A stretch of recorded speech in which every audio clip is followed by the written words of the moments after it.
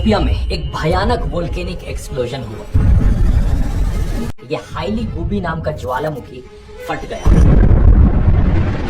दूर खड़े लोगों ने कहा कि उन्हें ऐसा लगा कि कोई बॉम्ब फट गया। इससे करीब 50,000 फीट ऊंचा ऐश क्लाउड निकला। ये राख का बादल इतना बड़ा था कि ये बड़ी ही आसानी से स्पेस से दिख रहा था। लक्ष्य में देखो, हवा के जरिए ये राख का बादल पहले ओमान और यमन के देश में गया और फिर धीरे धीरे पाकिस्तान और इंडिया तक पहुंच गया।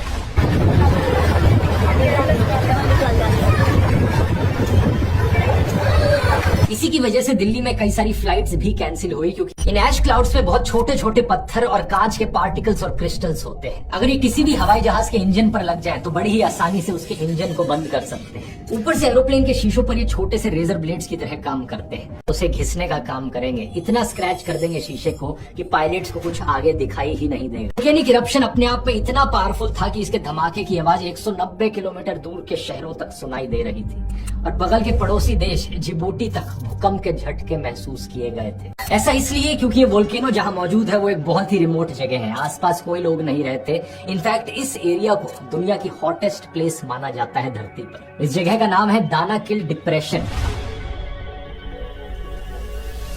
ये पूरा एरिया नक्शे पर देखिए सी लेवल के नीचे आता है। यहाँ का तापमान अक्सर 50-55 डिग्री क्रॉस कर जाता है। बारिश लगभग ना के बराबर होती है, क्योंकि ये बहुत ही जियोलॉजिकली एक्टिव रीजन है।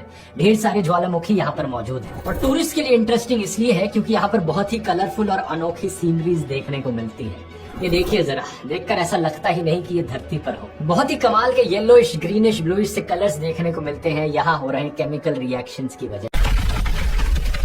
सही सुना आपने, ये वोल्केनो जहां मौजूद है वहां पर टेक्टोनिक प्लेट्स शिफ्ट हो रही हैं और अफ्रीका का कॉन्टिनेंट टूटकर 2 हिस्सों में धीरे धीरे बट रहा है। असल में कई मिलियंस ऑफ ईयर्स पहले की बात है, जब सारे कॉन्टिनेंट्स एक हुआ करते थे। इसे पैंजिया कहा जाता था। ये पैंजिया का सुपर कॉन्टिनेंट धीरे धीरे टाइम के साथ साथ अलग अलग टुकड़ों में बटा और वहां से हमारे आज के कॉन्टिनेंट्स बने। अफ्रीका के रीजन पर अगर स्पेसिफिकली फोकस करोगे तो एक टाइम पर अफ्रीकन टेक्टोनिक प्लेट और अरेबियन टेक्टोनिक प्लेट एक हुआ करती थी, लेकिन जब ये धीरे धीरे अलग हुई तो इनके बीच जगह बनी और वहां पर आया रेड सी और gulf of Aden, Nubian plate और सोमालियन प्लेट में। इथियोपिया का ये वाला रीजन जहां पर ये हाईली गुबी ज्वालामुखी मौजूद है, यहाँ पर 3 प्लेट्स एक साथ मिलती हैं, नूबियन, सोमालियन और अरेबियन टेक्टोनिक प्लेट्स। अब यहाँ पर ये तीनों प्लेट्स धीरे धीरे एक दूसरे से दूर होती जा रही हैं और जमीन 3 हिस्सों में टूट रही है। इस जगह को अफार रिफ्ट कहा जाता है। अफ्रीकन कॉन्टिनेंट में यहाँ से साउथ की तरफ देखोगे तो एक पूरी लाइन सी बन रही है, करीब 6000 किलोमीटर लंबी लाइन, जो रेड सी से होते हुए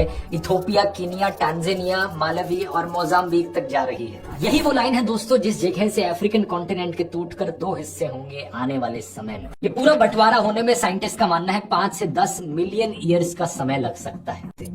बेसिकली ये वही रेट है जिस रेट से आपके नाखून बड़े होते हैं। पूरे ईस्ट अफ्रीकन रिफ्ट सिस्टम पर ढेर सारे वोल्केनोज मौजूद हैं, ढेर सारी पहाड़ियां मौजूद हैं, जैसे कि mount Kilimanjaro, mount Kenya, Erta आले जो कि इथियोपिया की फेमस लावा लेक, जैसे कि lake Malawi, lake Tanganyika, lake Albert या लेक कीबू। एरिया में अर्थक्वेक्स देखने को मिलेंगे, वोल्केनिक इरप्शंस देखने को मिलेंगी, छोटे छोटे क्रैक्स आएंगे ग्राउंड। ये एर्टा आले नाम का वोल्केनो फटा था। जुलाई के महीने में ही हाईली गुबी वोल्केनो से सफेद धुआं भी निकला था और तभी से साइंटिस्ट की इस पर नजर थी। रीजन में अचानक से एक बहुत बड़ा क्रैक भी देखने को मिला। एक 60 किलोमीटर लंबा फिजर जमीन के अंदर 10 दिन के अंदर अंदर फॉर्म हो गया। फोटोज देखो इसकी, बड़ी ही कमाल की है। यहाँ पर लोगों को भी खड़े हुए आप देख सकते हो और स्केल इमेजिन कर सकते हो इस गड्ढे का क्या है। लिटरली कॉन्टिनेंट का बंटवारा होते हुए यहाँ पर हम रियल टाइम में चीजों को देख पा रहे हैं। इसमें मैंने बात करी है कि कैसे इन जियोलॉजिकल रीजंस की वजह से जापान दुनिया का सबसे डेंजरस देश है। इन्हीं टेक्टोनिक प्लेट्स की मूवमेंट्स की वजह से